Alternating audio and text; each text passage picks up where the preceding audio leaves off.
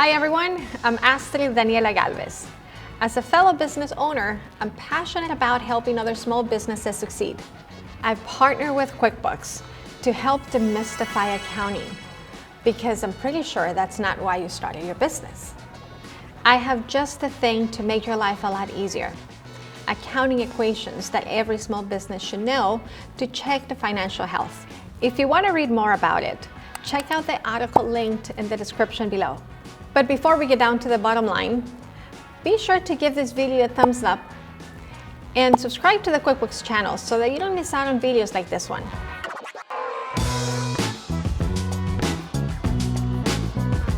If you're a business owner, it's essential to have your finger on the pulse. As a business owner, there are 8 simple accounting formulas that you need in order to understand the health and viability of your enterprise.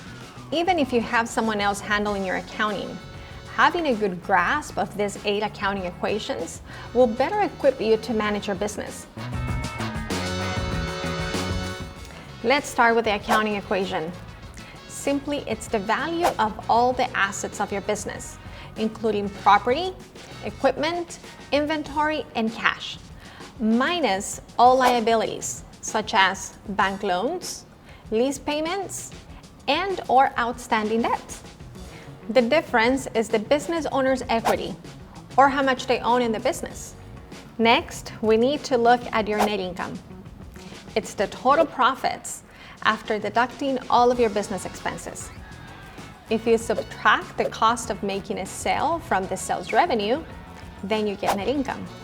If this value is positive, then your business is profitable.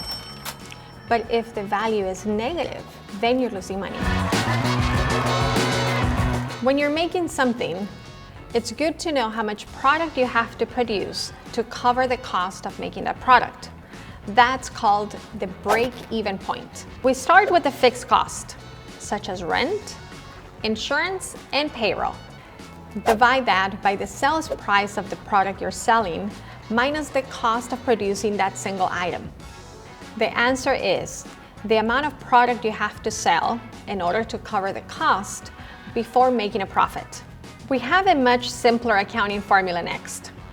Cash ratio. Divide the cash or liquid assets your company has at its disposal by the current liabilities. The higher the number, the healthier your business. Are you still with me? Good. We're almost done with all these accounting formulas and equations. Next up is an excellent metric for businesses, the net profit margin. To calculate net profit margin, divide that net income that we worked at earlier by the total sales generated. And again, the higher that net profit margin, the better shape your business is in. If you need additional capital to run your business, particularly in the early years, lenders like to look at the debt-to-equity ratio, which is measured by dividing the liabilities by the equity the owners have in the business.